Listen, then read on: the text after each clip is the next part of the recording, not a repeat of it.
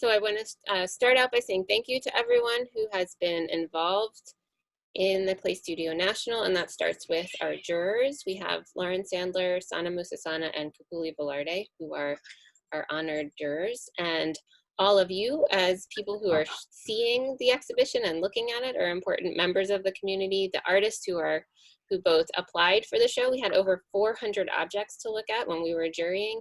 And then we have about 70 artists who are in the exhibition, whether they are invited, juried, or part of the jury team. And we did get a shout out in today's Metro newspaper in the Philadelphia area, if you have a chance to check that out. We are, again, bringing you these free programs on Thursdays, and I will humbly remind you that if you would like to make a donation, I'm happy to put the link to that in our chat a little bit later on. We are working really hard to make sure that we continue to provide programming for our community to bring everyone together, and we're working as hard or harder than ever. So we're really proud of our staff and thankful that we have a chance to continue to serve our community. So thanks for that, all of you. We are going to start out. I just realized that I have to come out of the share for 1 second. I'm sorry about this. As I share with you the bio of our first artist who is going to be speaking with you today, and that is Dasha Kalisz. She is one of our juried artists, as I mentioned. And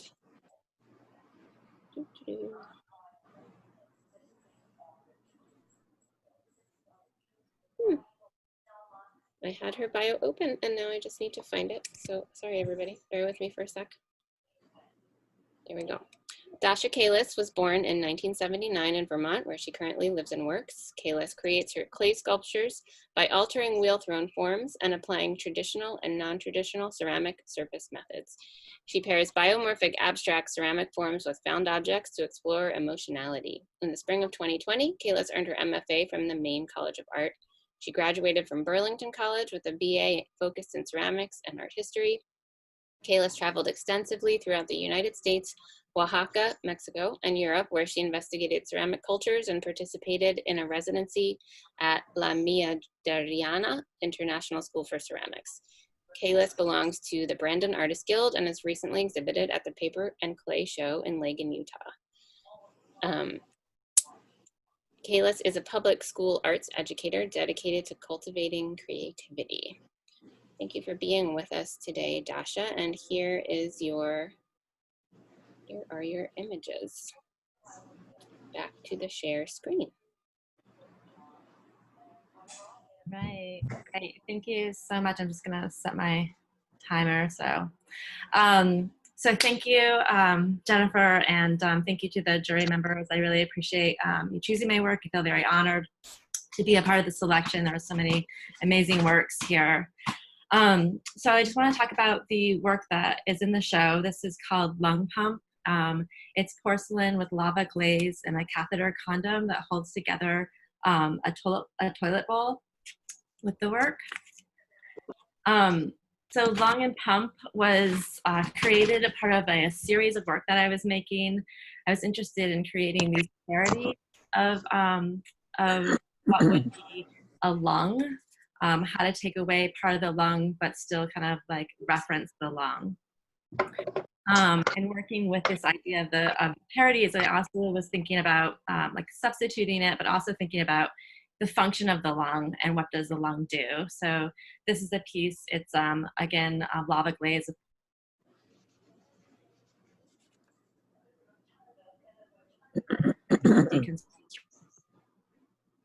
Of course, if you blow out air. If we could go back to the first slide, Jennifer. Mm-hmm. So these parodies, I was really interested in kind of connecting these organic materials, which is seen in the clay and the glaze. These organic materials connected with this like faculty factory-made products. And I think that these pairings kind of reveal the liminal space of human biology and the mechanical mechanisms.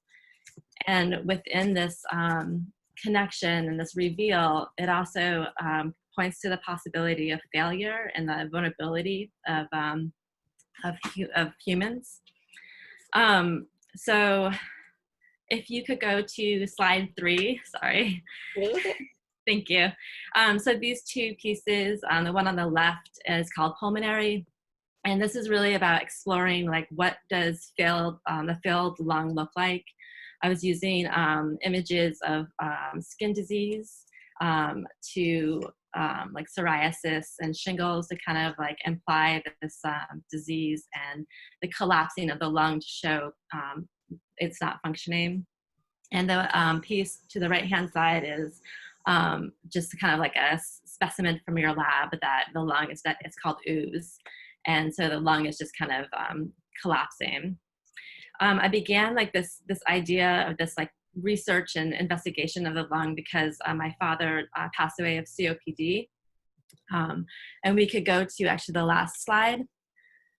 And I was in the hospital. I was lucky to be in the hospital with him when he passed away, but that also really resonated with me, with him being hooked up to machinery to help him breathe, because COPD is a chronic lung disease, if you don't know that, just to let you know. So being with him just like really resonated to me about the vulnerability of the body, and the idea of like letting go and how hard that is to let go. And we have these, and those science is really helpful to keep us alive. Like, what does that mean to continue a life?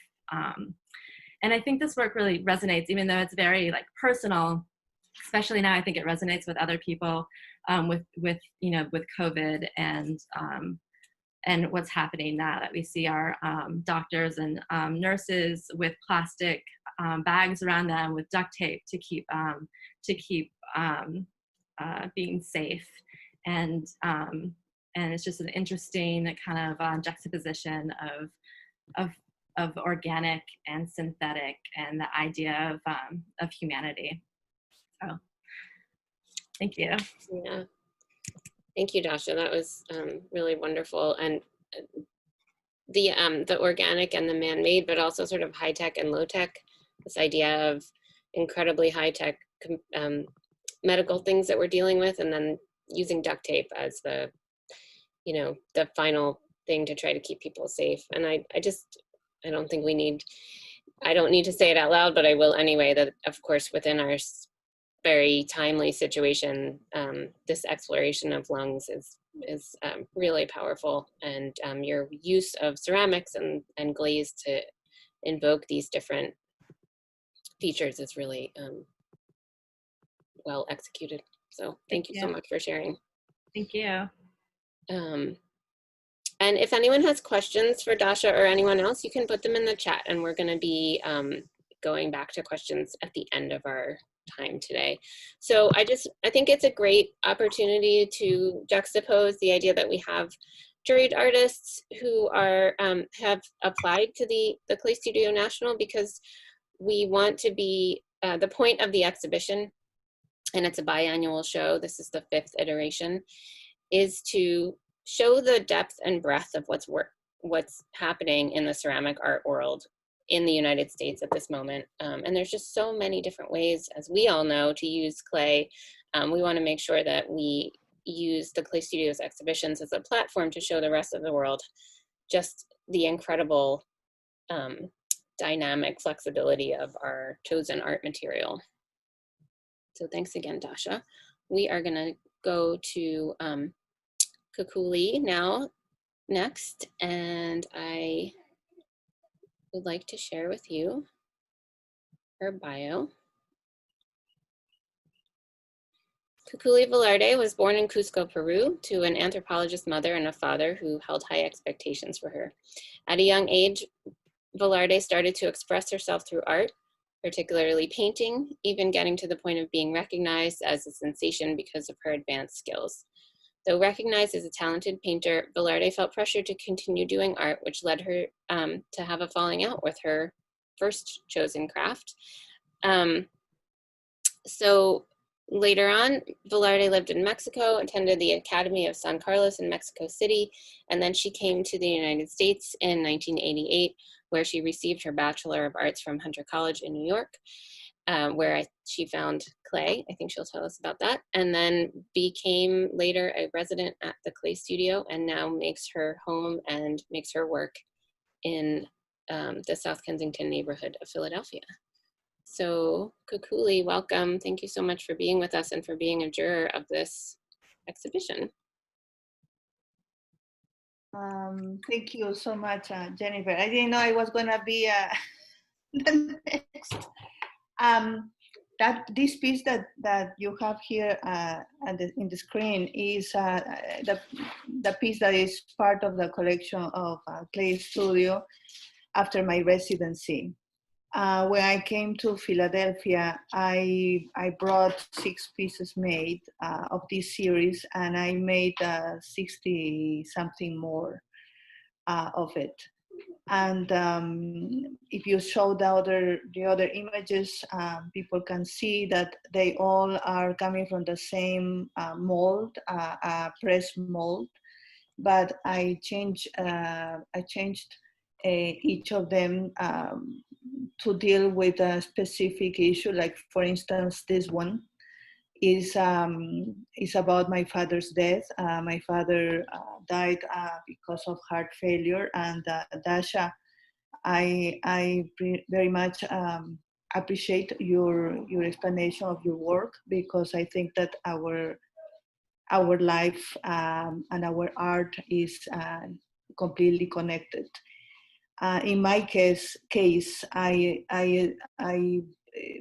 wanted to portray in this piece that I felt the loss, that my world was upside down, and all the drawings that you see in the body are the drawings that I did when I was a kid, and my father noticed my existence thanks to them. And so it was just that he loved so much when I was a kid. I don't remember if I sent you another image of it. Oh, yes, I did. This is Santa Chingada, the perfect little woman. This is a recurrent character in my work, Santa Chingada, which is basically a saint I created because in Latin America, and here too, women are expected, in order to be considered good women, to be capable of sacrificing themselves for others, capable of accepting undeserved pain and mistreatment. Because that's what makes us good, to suffer. And so I thought, well, if that is the case, then I'm going to make a saint that will be all of those things. It will be somebody willing to give her life, ignoring herself, for her family, for her children, for her husband. It doesn't matter if she doesn't receive anything in return. So as you see, Isi Chapuitu, which is the name of this series, had a lot of different things to talk about. And it is an old series. I made this in 1996 to 2001. And is one of the series that I've been very happy to work, to have the process, to have the possibility of their company for all those years. I think that will be it. Thank you so much, Kukuli. Thanks to you. And I'd like to, oh, I'm sorry, there was one more picture. Oh, you know, with this, the good thing about this series is that I was able to use several different kinds of clay to experiment and to see the color. So it was fun in so many ways. Okay, I shut up now. I'll just also share that we're really pleased and honored that Kukuli is going to be one of the lead artists on our inaugural exhibition next year when we open our new building.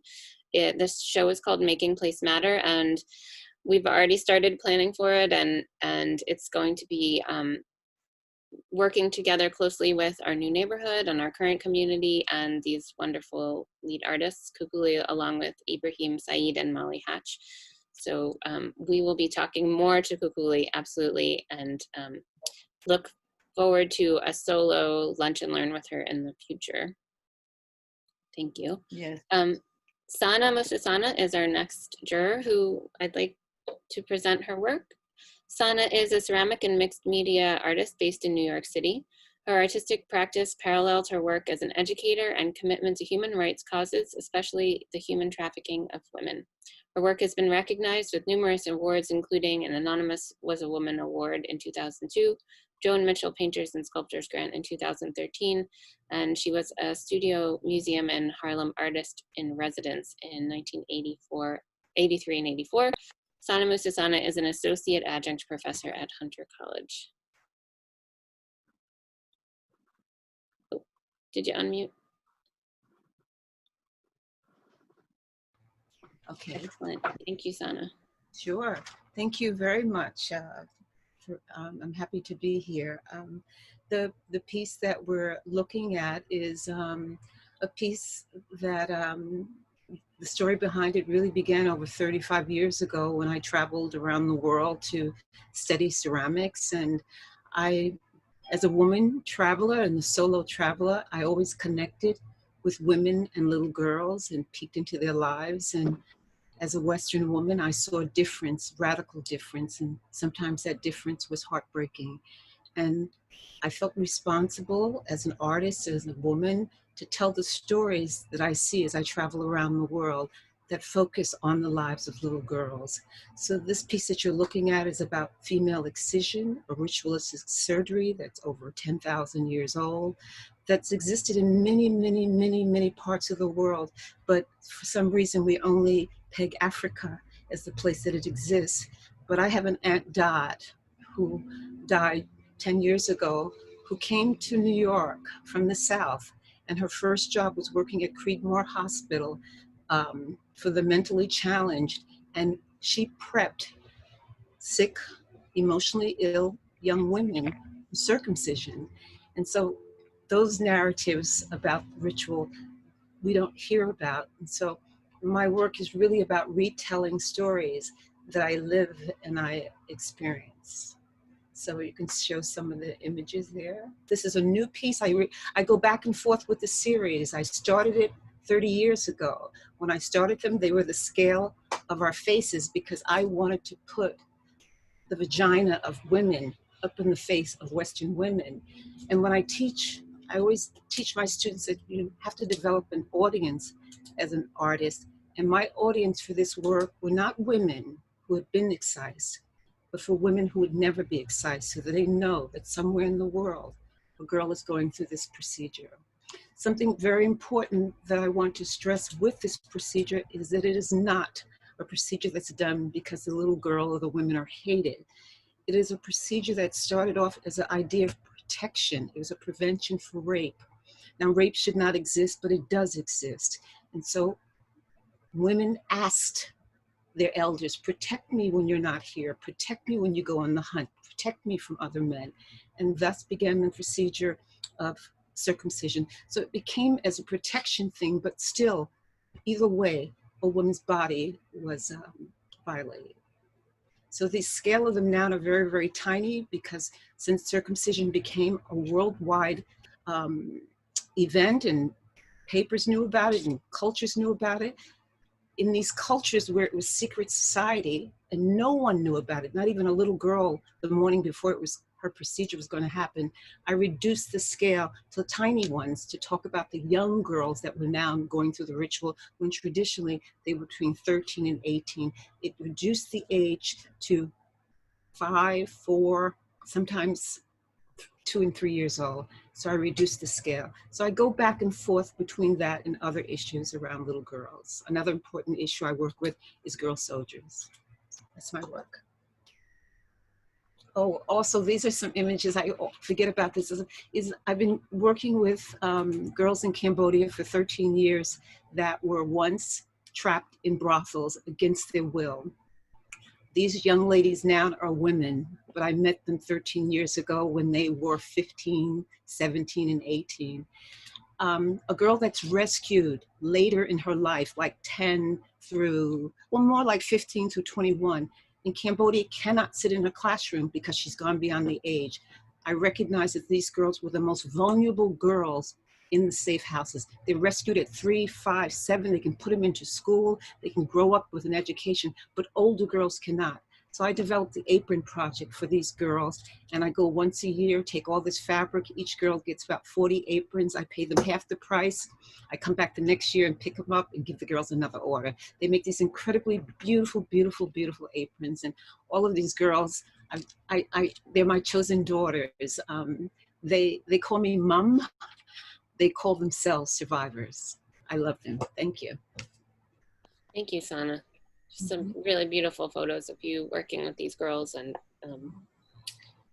this such important work to support girls around the world in all these different ways by raising important issues, and also just by, you know, showing them love. Yeah, well, you know, they loved me first. They protected me in these villages. They guided me. They told me where not to go, what to drink, what not to.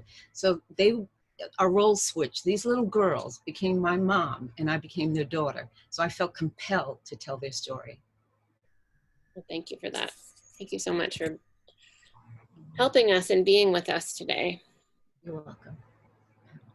So our last juror that we're going to focus on is Lauren Sandler.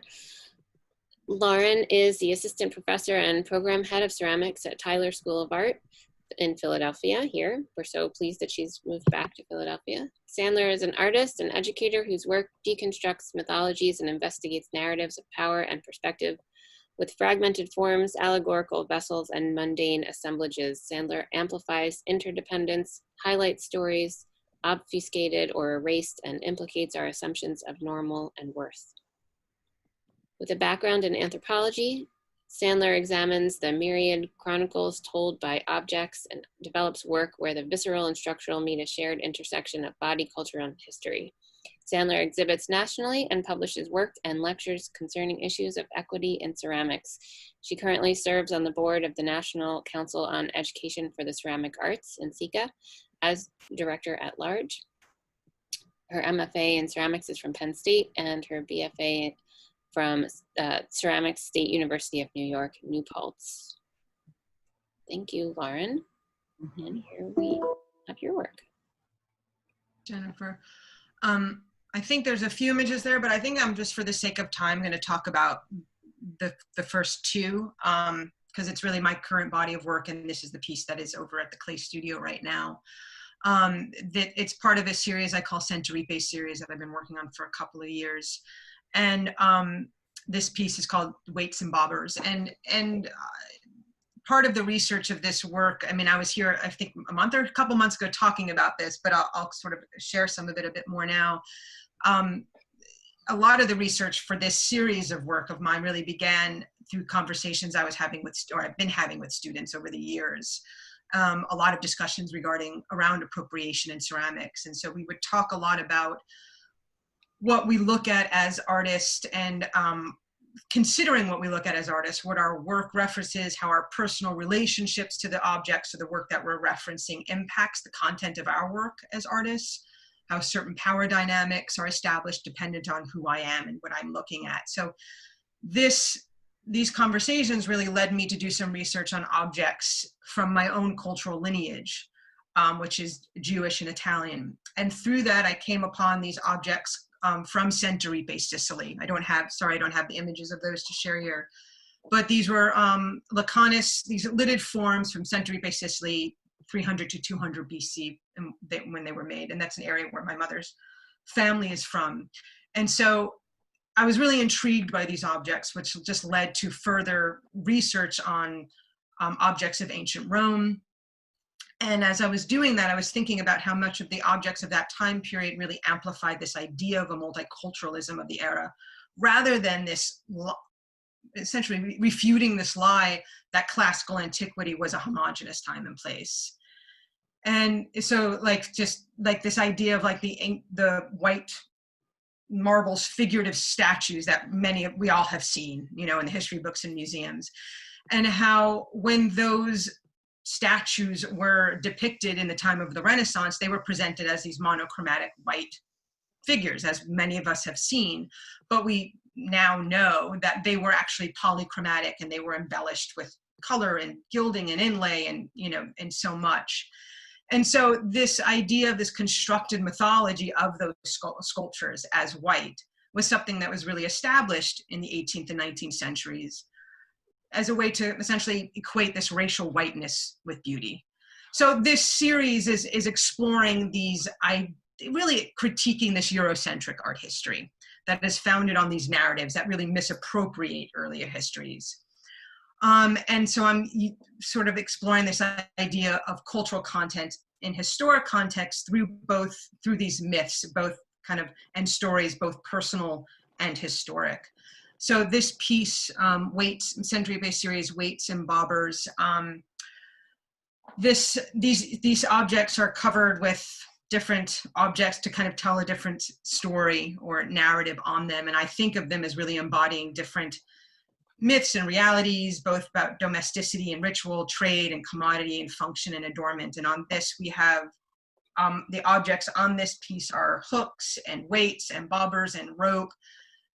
It represents a sort of sea, movement of goods, movement of people, thinking about depictions of migrations and diasporas.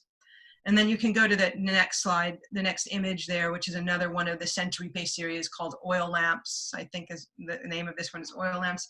And on this is oil lamps, which were, I was looking at ancient Jewish oil lamps, and all of the objects on this piece are the images that were inscribed on or etched onto those oil lamps. Pomegranate seeds, wheat, keys, combs, and so on. It's just sort of exploring some of that imagery. And then you can just, I know there's a few images there, you can kind of just go through them. These are some different series that I won't go into. This is called What If the Dandelion Told the Story of Tea?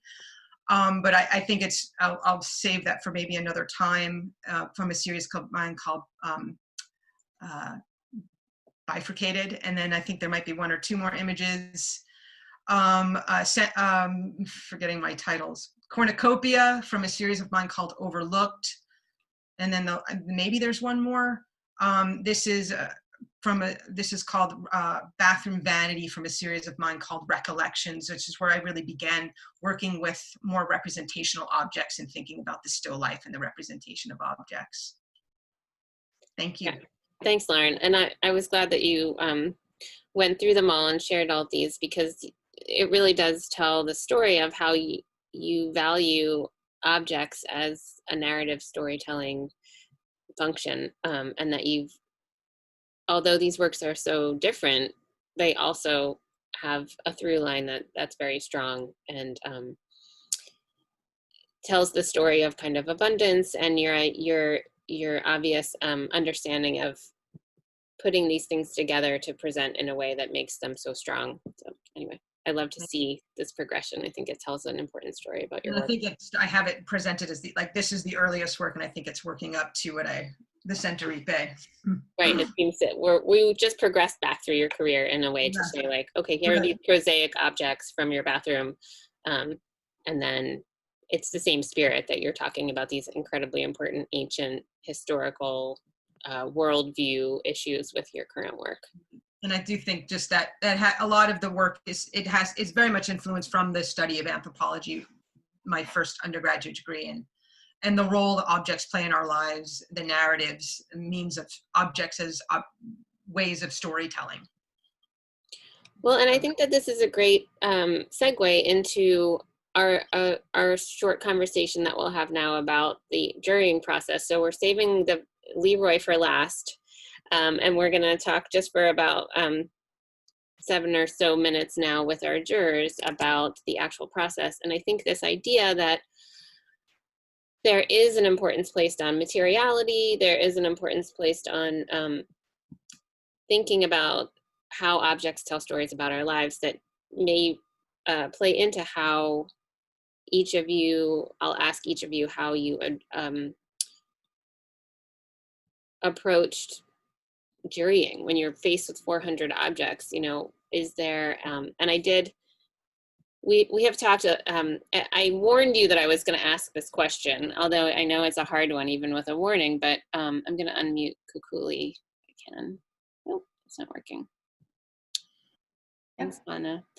So if maybe Kukuli or Sana wants to start out with an answer to this very difficult question of what do you look for when you're jurying an exhibition? Sana, well, I am interested in a relationship of the artwork with the artist's background. I come from Peru, where for many decades the artwork produced by the elite, by the one that was considered fine arts, was always reminiscent of European or American art, and it always seemed to me that people were just following somebody else's lead. And I am interested in seeing when an artist used elements of their own cultural identity, which is, very broad. Where you were born, what was your social class, your genre, so on, so on, so, and it speaks from who they are. And many times you see artwork that is very similar to another, and I feel like when you cannot see that specificity of the artist is because the artist is still looking for their own voice. At least that is my approach. I don't know, Sana. Mm-hmm. No, I agree with you 100% on that, Kukuli, and that's something that when we're teaching, we're trying to make students retreat into who they are and speak about that. And it's hard because it's not taught that, we don't teach them that. And so it's really hard to make them have confidence that their personal story is an important story and that it is their wellspring to jump from. So I am looking for that, but also in just looking at art in general, I'm looking for work that I'm charged and moved, that makes me laugh, that makes me cry, that makes me ponder about the human condition, that poses questions that I can't ask and provokes me to want to study and to learn more and to travel more. I love utility, I celebrate it, and I also am intrigued by skill. So there are a lot of things when I'm looking at art, and there's different things when I'm teaching art. Well, that's great. Lauren? Yeah, I think I would just kind of, along I think what Sana was saying, I think about just a sense of curiosity. I think when I'm looking at work, and with this, like, we're looking at, I don't know how many, there was like hundreds of images, or I don't know, I'm not sure how many there were, but there were a lot. What's that? 400. 400 images, okay. But to me, there's something really exciting about like that abundance of objects and things to look at. And it's interesting where you begin and then where you are at the end of the process. And it also makes me kind of go back to the beginning and like, I might look at that differently now after I've gone through this process of looking at all of these images. But I think about curiosity. I'm thinking about, when I'm looking at something that pulls me in to kind of just want to explore further, to want to look at more. And that can be, it can be visual, it can be a formal thing, it can be a conceptual choice, it can be a reference to the work that I'm picking up on. And that just makes me want to kind of stay with it longer. So I think there's something that is, it starts at least initially very, I think for me, intuitive. And then kind of spending more time with the work. But it was also really interesting, the process with us doing it together.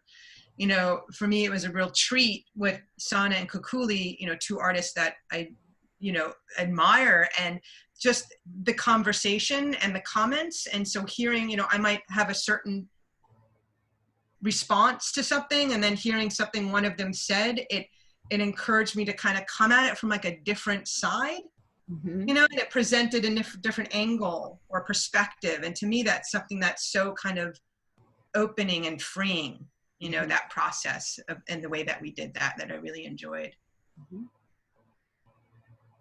I agree. There's sort of a visceral first response to things, which you have to trust, but then it's really gratifying to listen to somebody else's thought and maybe come back to that same thing with a different perspective. And I think I am now pretty strongly in the camp that you need to have a 3-person jury.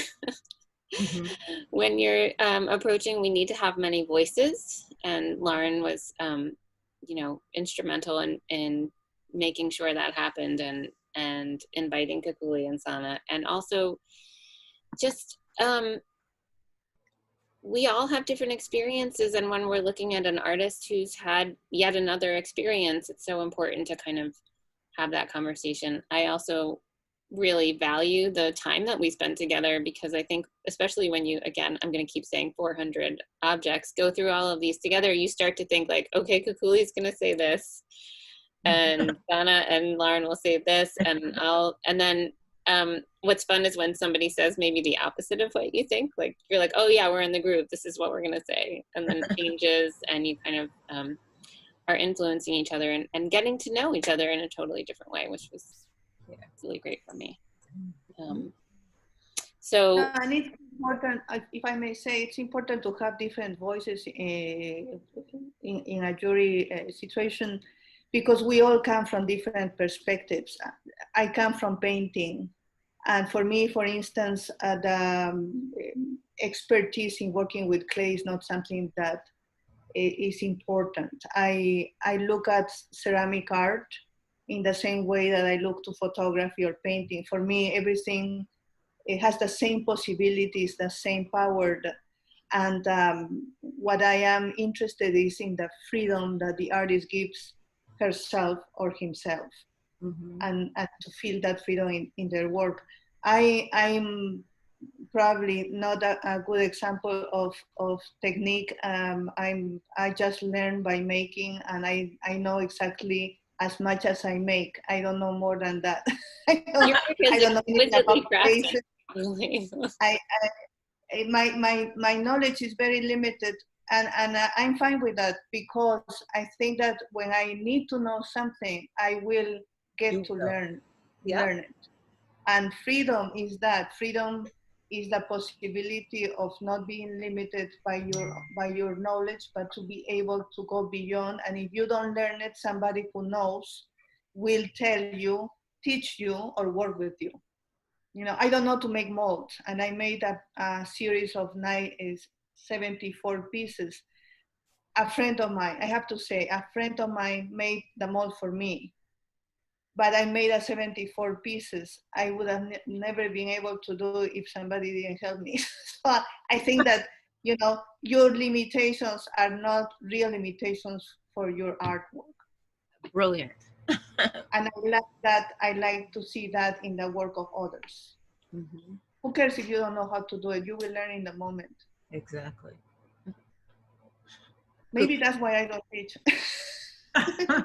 No, that would make you a good teacher, Kukuli. Exactly. And I was just thinking, Kukuli, I wish you could tell my online teacher that. you'll learn it in the moment.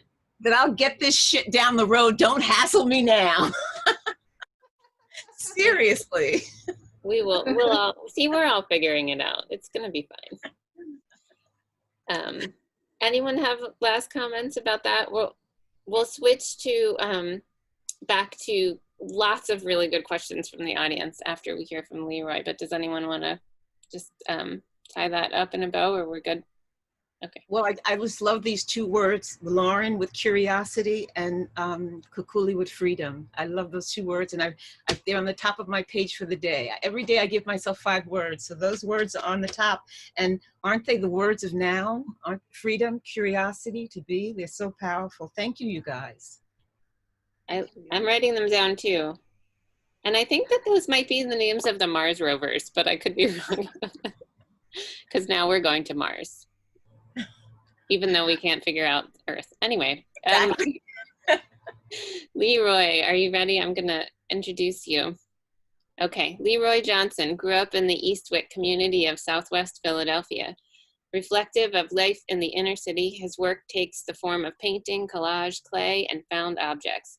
He is exhibited widely at Philadelphia's Magic Gardens, Tirza Yalon Colton Ceramics Gallery, University of Pennsylvania, Museum of Contemporary Crafts, Tiger Strikes the Asteroid, as well as numerous other venues.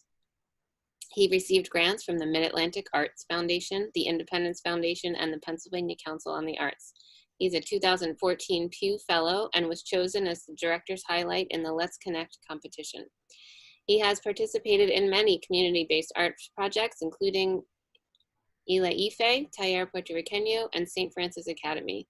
He is the inaugural resident artist at the Art Barn in Amaranth, Virginia, in the recent Mural Art Studio, artist in residence at the Barnes Museum, and the current Peter Benoliel Fellow at the Center for Emerging Visual Artists.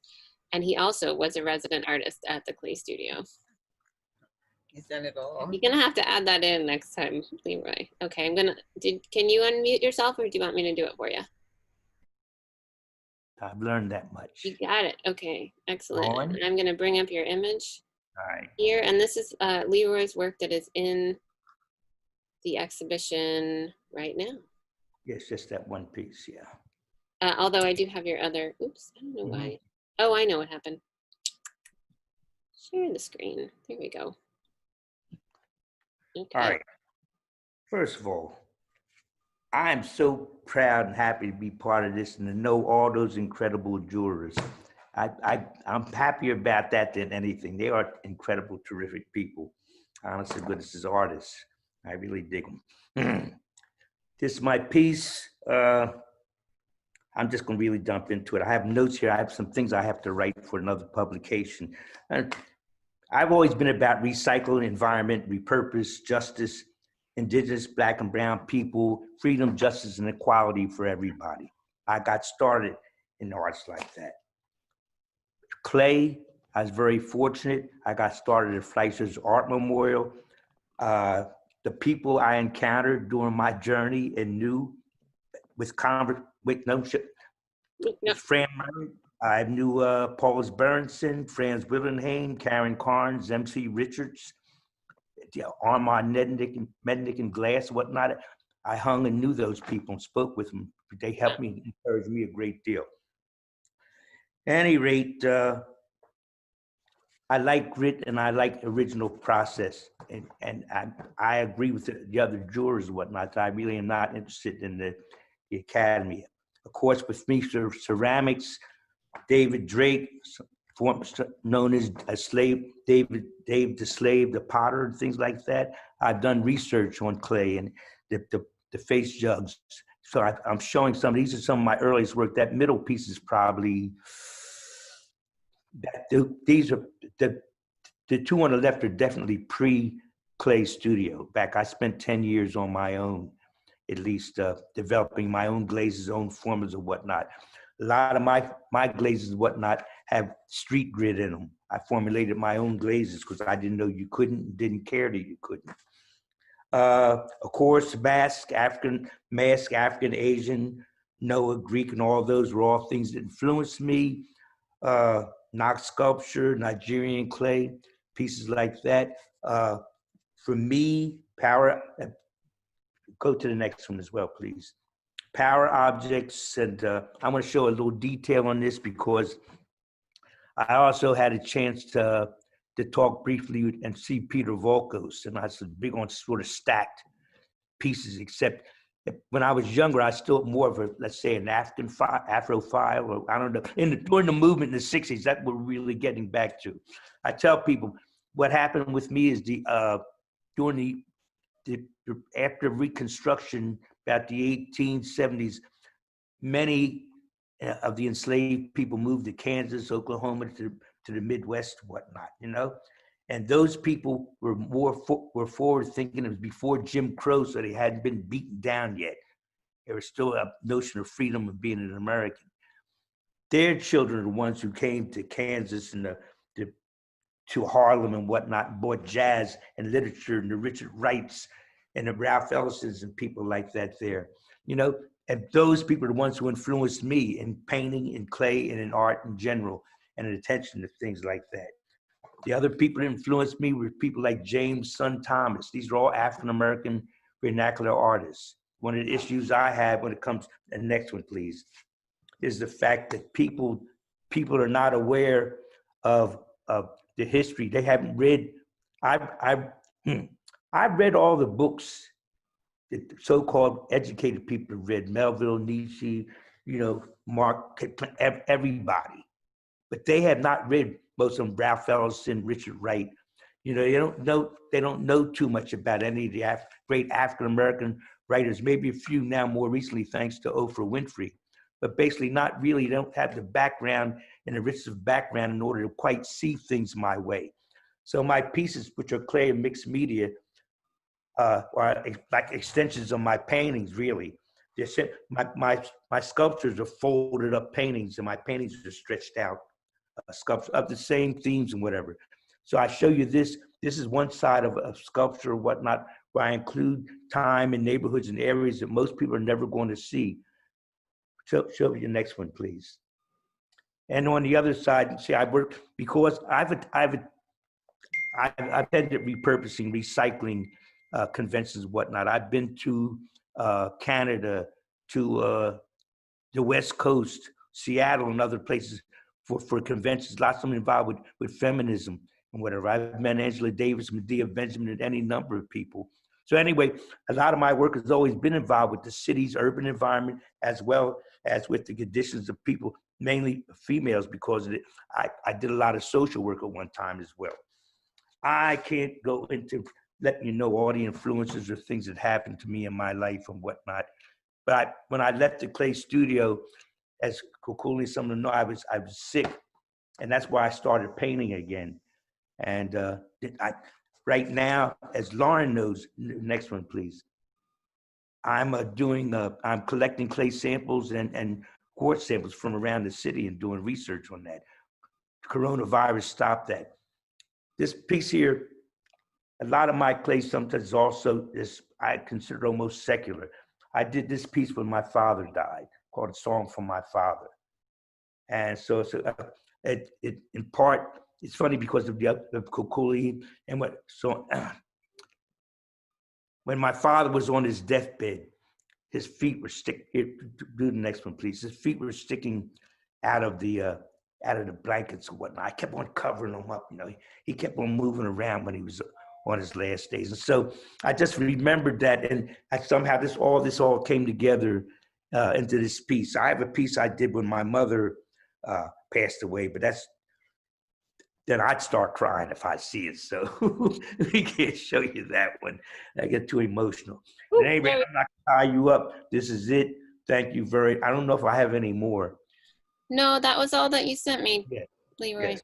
So I'm writing, I have other things I'm going to be talking. I'll hopefully be in touch with you about that, because I have some other engagements where I'm going to expand on what I tried to run through in rapid fashion. We are Thanks. absolutely going to invite you back for more conversation, because you are incredibly important to Philadelphia and to the Clay Studio, and we're just so glad that you're in this exhibition and that you agreed to talk today. Thank you so much, Leroy. Thank you. Thank everyone for viewing too. Hope I get to see you guys at some point in like the olden days, you know. In life, that would be nice. Yeah. I hope we get to start digging that clay sometime soon, Leroy. Yes. So yeah, I got some great clay samples and things to show you. I got some in the studio that I haven't. They're at the school studio. I'll get them to you eventually. Are we going over to the new site to get some samples from our lot? I would like to. We should. Can we talk about that later? On 16th Street, you know, and they've changed Ridge Avenue. They changed. That's where I got a lot of my clay, just from digging up the stuff here in Philadelphia and other sites. Coronavirus stopped all the construction for a while there. Yeah. To get around. Thank you so much. I'm going to go to our wonderful, so many questions from the audience, really good stuff. So I'm just going to start at the beginning, where we had people asking Dasha some questions. Have you ever gotten to look at real lung specimens rather than images? I have not. That would be amazing if I could do. I mean, well, actually, I did see that show called Human, and it was like all. Do you remember? It was like, yeah, it was all these figures, and they reconstructed like people's lungs, and like there was baby fetuses, and like it was kind of like traveling around the United States for a while. I never did go see that. I didn't think I could handle it, but it was really interesting. So yeah, I guess I have seen lungs in real life, but it's been a while. I would suggest coming to Philadelphia, as you mentioned you haven't done, and going to the Mutter Museum, which is the School of College of Physicians, and it's a historical museum with lots of interesting specimens. It's also not for the faint of heart. Philadelphia air, you sure will. Something will happen to your lungs. Yeah, well, that's true too. Yeah. No, I really need it. That's on my bucket list for sure, is to come to Philly. Yeah, the Mutter Museum is amazing. And they've been doing some good art partnerships. Kukuli, there are words written on the metal strips. I would love to know what is written on them. Can you please tell us about the different types of clay that you use? I don't remember what is written. I write in many of my pieces up to now. I have a painting with like hundreds of ribbons with writing. I don't know why I do that to myself, because it has been painful to paint it. But I write a lot in my pieces. I just, when I was in New York, I didn't know there was a world of clay, and I got a fellowship at the clay studio. And when I came, I realized that there was, all this clay community that I had no reference. And then everybody was talking to me about how many different clays I could use, and I began trying them out. It was not a real research. I just wanted to see the colors and to fire them. I do only electric firing, and I only work low fire. I always go for the easiest. Only one fire. I'm awful, but. It just at that time there were several types of clay. Now I don't see them. We have only a standard. We have mostly a standard, and then some Miller. But before, each of them had such a variety of colors. I'm talking about 22 years ago. I don't know what happened. Maybe in other parts of the country, but that was the reason. And this is my daughter. Mm-hmm. That was the reason of using clay, to see how the color was, how it works. I was gonna make so many pieces with one mold, so I better have fun all the way through. Yeah, yeah. Thank you. And then someone asks if they've ever been seen all together, and you did have a wonderful show at the American Museum of Ceramic Art. Was that this body of work, or? There were a few of them, but that was not that body of work. We was at a color center, at a color that I had 60 of the pieces together. And in Ireland at the Eva Plus, which was the Irish Biennial. Now it's called Irish Biennial, I think. I had 22. I think that 60 and 22 are the most that they have been presented together, if I don't recall wrongly. And is there a book? Am I remembering that there's a book, or no? There is a brochure with some writing in it about Isi Chapuito. It was that time, when we were taking slides, and yeah. I mean, I don't even have digital images of them. God, I feel old. We've gone from slides to talking to each other through the internet in like 25 years. It's kind of crazy. Okay, thank you. Sana, someone says thank you, powerful work. That was Danielle. She's also one of the juried artists. Sana, do you work alone with these chosen girls, or in a group? And can you provide us with a link to your organization, perhaps if people wanted to donate to the work that you're doing? Yes, it's called Together One Heart, and it has a satellite organization here in California, and it's through them that you can donate. And the other way that you can donate is I go to Cambodia every December 15th. And when I go, that's when I ask people to send me a donation, because I take it and hand it directly to Somali mom. When it's in the satellite here, they're paying multiple bills. But when I go, and I go with 200 or 300, we'll buy a refrigerator. We'll send a girl to the doctor. We'll get somebody's shoes. We'll get a lawyer. So when I go that time of the year, I also take the money, and everyone who gives to me, I send them, come back with a receipt so that they know that their money went directly to a Somali. And a thank you note usually from the girls. So they can do either or. Unfortunately, I'm not going this December. I'm scared of a 21-hour flight, and that if somebody's sick on the flight and we're all breathing the same air, that I would get sick. So unfortunately, I'm not going, but I talked to the girls last night, and I'm going to test it by sending a box of fabric and seeing if it gets there. Because they live out in the country and the mail gets stolen. If that box gets there, I'll send 4 more, and then I'll send money Western Union, and the girls will work this year without me. So we're going to test 1 box, but I'm not going to go in December this year. I'm not. Well, I'm glad you're going to stay safe, but if there's a way, so when you have a link and you start to raise money for sending that fabric and the money to them, if you let me know, I can tell people that information. Okay, great, thank you.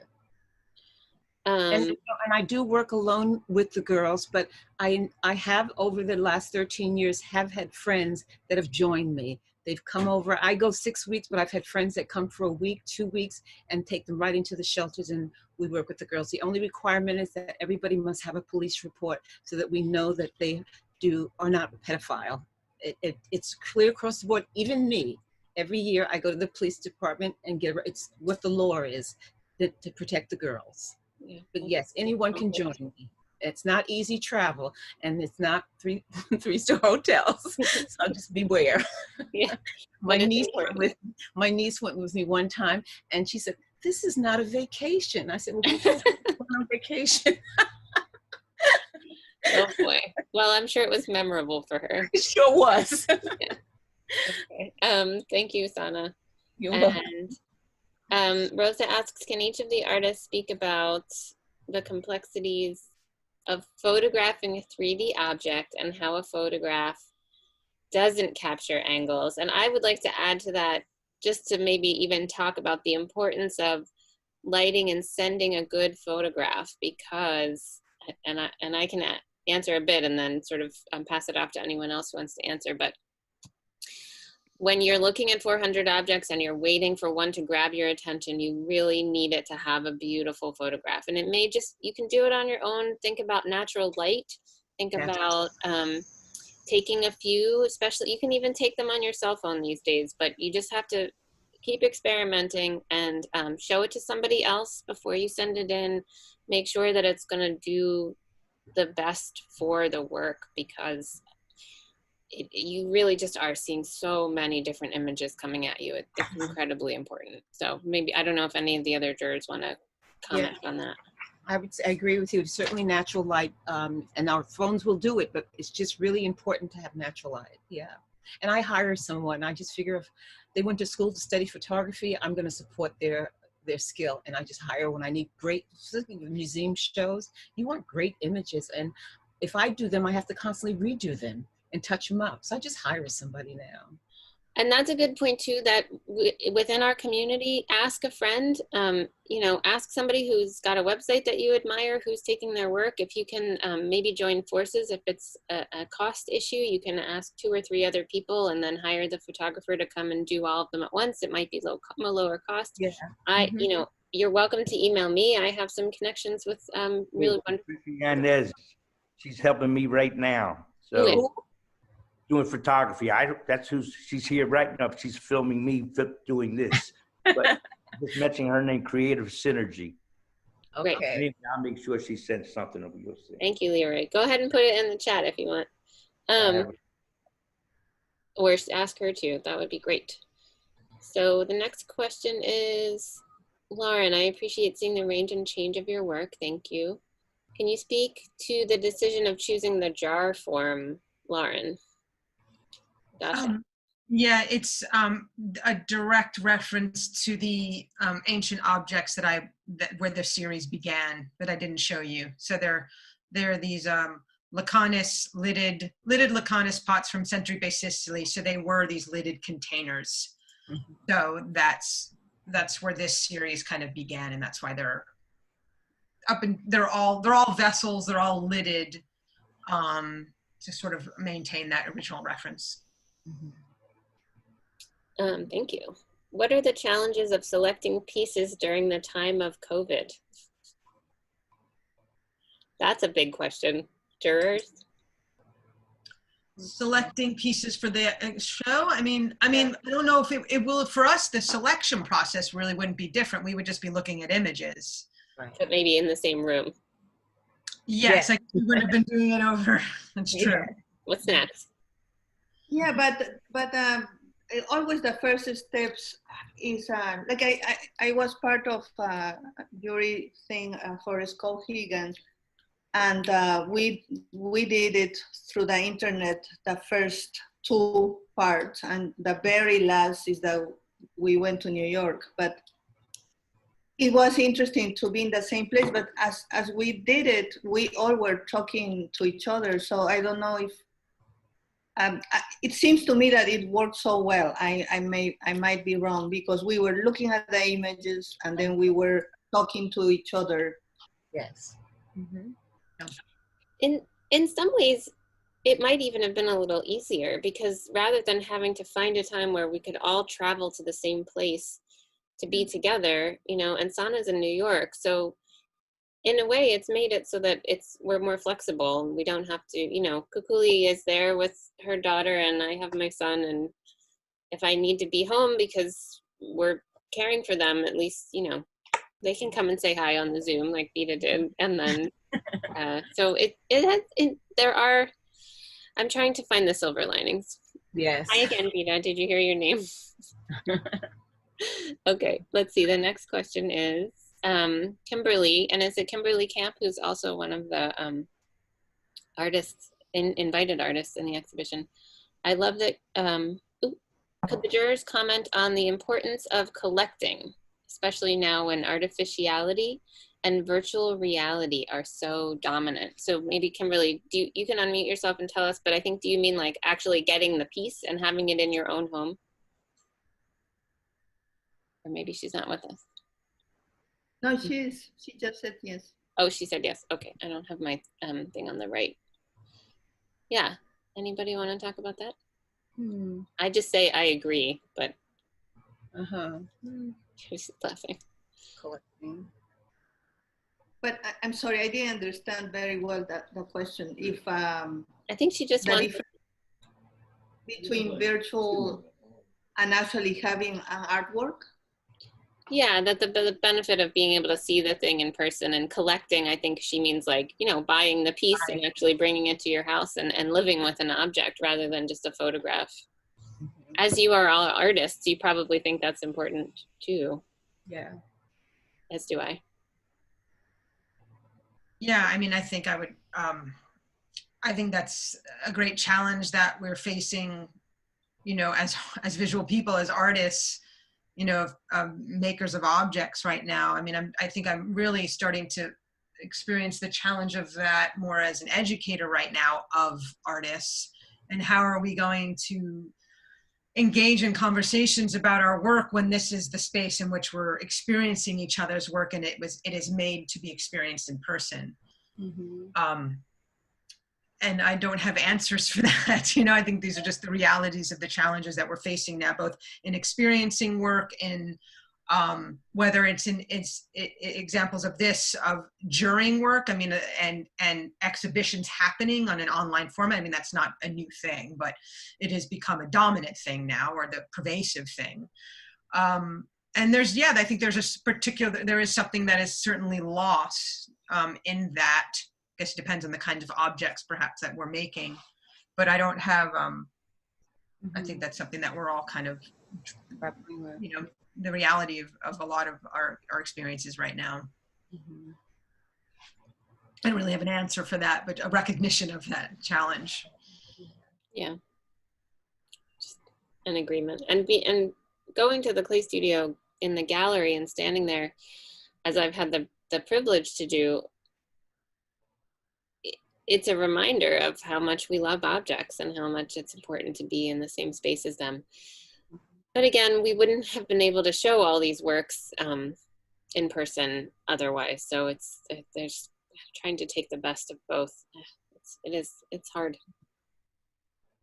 Danielle says, I love that you all were a team of jurors and very thrilled my work spoke to some of you. Gratefully, Danielle Callahan. Thank you, Danielle.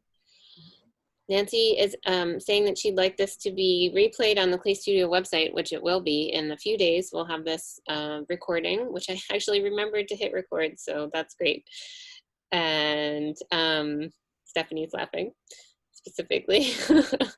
Sana and Kukuli, you both create inspiring work that has drawn a lot from emotion, trauma, and pain. During this pandemic, have you been able to find inspiration through the experience to create? And that's from Stephanie. Oh, unfortunately, I have not been able to work at all during the pandemic, and lots of realizations have come to mind. I realized that when I go into the studio, I'm talking to the world, my world, and it didn't exist in the studio during the pandemic, and particularly the first couple of weeks. And I was very, very hurt by the marchings and things that were going on, and I wasn't able to work, and I haven't been able to work since. I'm sorry. I'm not able to work if I don't have a community or audience, and if the world is crying, I feel like I can't shape my materials. So it's been very hurtful for me, very hurtful. I haven't created at all. I haven't lost my purpose for it, but I can't go in there and work now. I will, but I can't now. I'm sorry. No, I think You will. It's a matter of time, and it has been hard for many people. I'm one of the lucky, I guess, that have been able to work in the studio, and but I understand perfectly how you feel.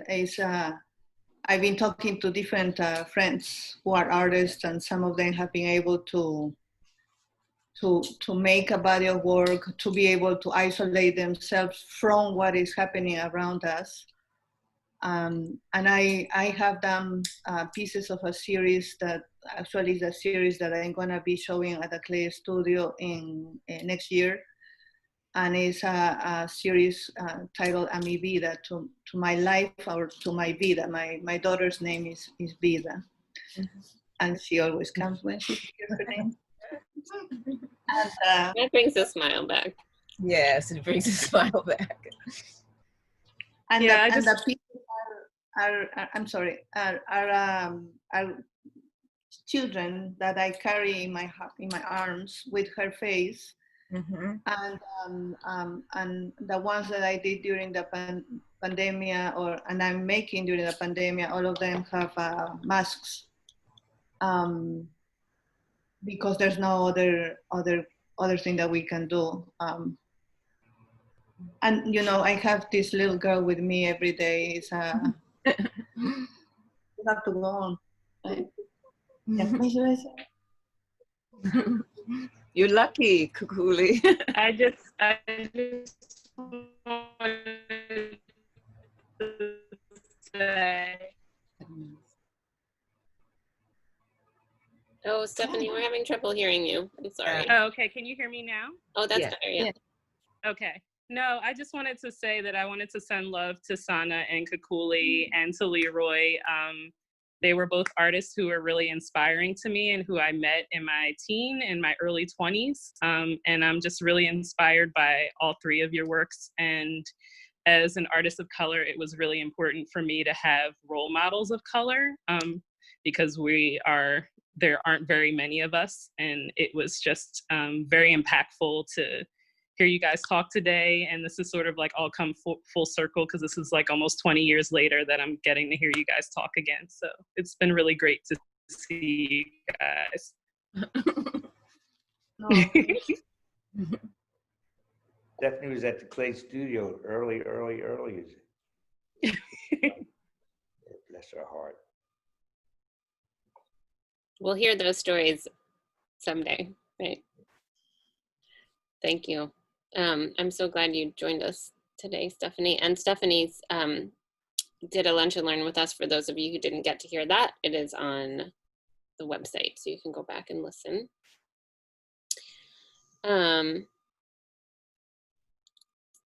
We have someone named Trisha who says, "Hi, Sana, love to you from my mama's backyard." What's that? Someone says, "Love to you from my mama's backyard." Oh, I think it's Trisha Kiner. She's one of the other artists in the show, and she's sitting in her. There she is. She's just sending you love, I think, because you needed a hug. Yeah. Yes. Thank you. And Raymond is responding to Leroy talking about Paulus Berenson. And Danielle says, "Mr. Johnson, you're not needing to know rules is what makes your work so compelling. And I love the tar type grit feeling. Reminds me of playing barefoot as a kid and popping tar bubbles, among other things." Feeling those weird pieces. And Robin says, "Mr. Johnson is the man." We know that. Mr. Johnson, seems like you make pieces of art as your grieving process for your dear loved ones. What has been the reaction of your family members to these pieces about other family members? I'm a personal person. A lot of the stuff I do is for me anyway. I have one in a few people in my family. One of them is a great nephew of mine who shows a great deal of artistic promise. But I really don't share my work too much with the family. They see things sometimes, but I'm in my studio every day. You know, I mean, I'm selfish. I'm in here working and whatnot. I really don't share unless there's a show or a reason. So, and we're Philadelphians, and Philadelphians don't travel. If you live like 6 blocks away,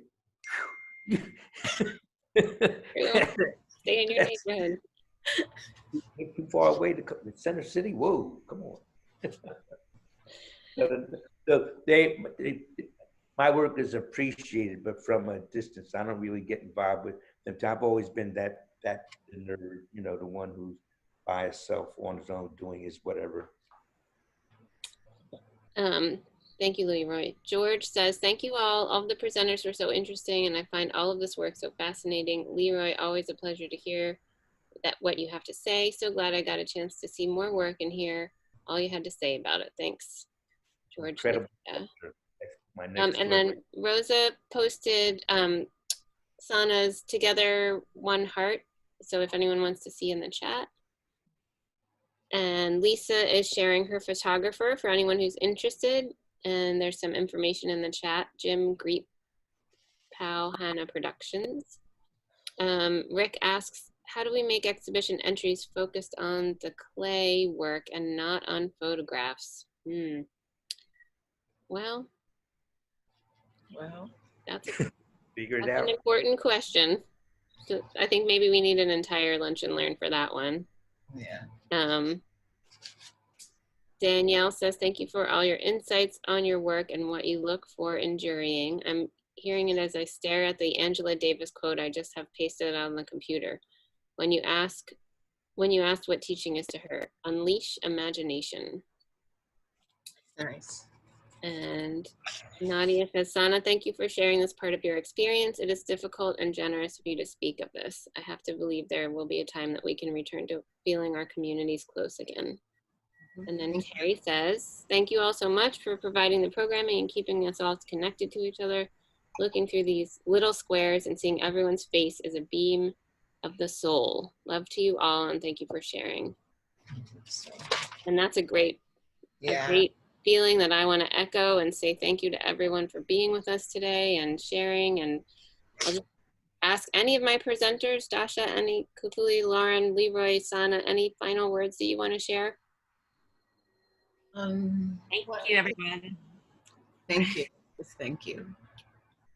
Oh, me? Well, thank you to everybody and to the Clay Studio. And I'm sorry, Mr. Johnson, I interrupted you. Mr. Not Johnson and I. That's not new. That is Hi, we true. like 2 years. He was one of the friendly faces that I saw. The first friendly face that I saw when I came, and I love him very much because he's a little bit like my father, which is not a compliment, but he's great. Leroy Johnson is one of my favorite artists, and Philadelphia to me is him. Yeah. Oh, wonderful. That's wonderful. We love you, Leroy. No matter what. One last thing. Someone made this mask. It's from photographs of one of my paintings. Oh, So it's an ornamental mask. I'm really never going to wear it again. I'm just did it to show you what. Anyway, I never really did talk about the piece that you had on display. So I only say that it was a lot of bottle tops and a lot of industrial things like that, because that's all harkens to the past and a world that we don't have anymore in a lot of ways. Anyway, thank you. Like I said, I love you guys. You're some of the best artists I know, or none. You know, I agree. I don't have any distinctions about painting or clay or anything like that. I've got to take this. okay. Thank you. Yes, I come back. Thank you so much, everybody. Have Thank a great you. day. We'll see you next week. We're going to be talking about, we're having a town hall to tell everybody all about our new building. So if you want to see the floor plans and hear all about that, Jennifer Martin's going to be presenting on the new building next week. Thank you. Thanks, everybody. Thanks, everybody. We really appreciate you participating. Yeah. I'm so Sana, happy. Thank you all. Bye, Kukuli. Sana. I talk to you. All right, very good. Bye. Bye. Bye, Bye. everybody. How do you get out of it? What do you